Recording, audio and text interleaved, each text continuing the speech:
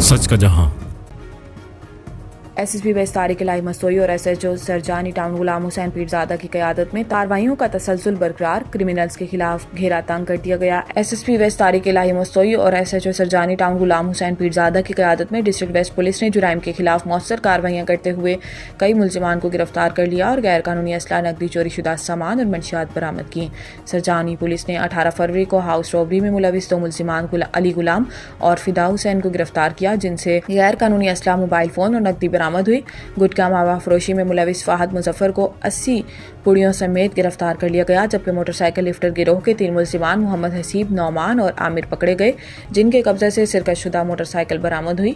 Street crime की वारदातों में मुलविस नवाब खान को भी गैर कानूनी असला, मोबाइल फ़ोन और नकदी समेत गिरफ्तार कर लिया गया। इलावा अजीं सरजानी पुलिस ने फौरी कार्रवाई करते हुए यूसुफ गोट से लापता होने वाली 12 साला उम्मेमा को चंद घंटों में बाजियाब करके वालिद के हवाले कर दिया। एसएसपी वेस्ट तारिक इलाही मस्तोई ने कहा कि शहरियों के जान और माल के तहफ़्फ़ुज़ के लिए पुलिस की कार्रवाइयाँ मुसलसल जारी हैं।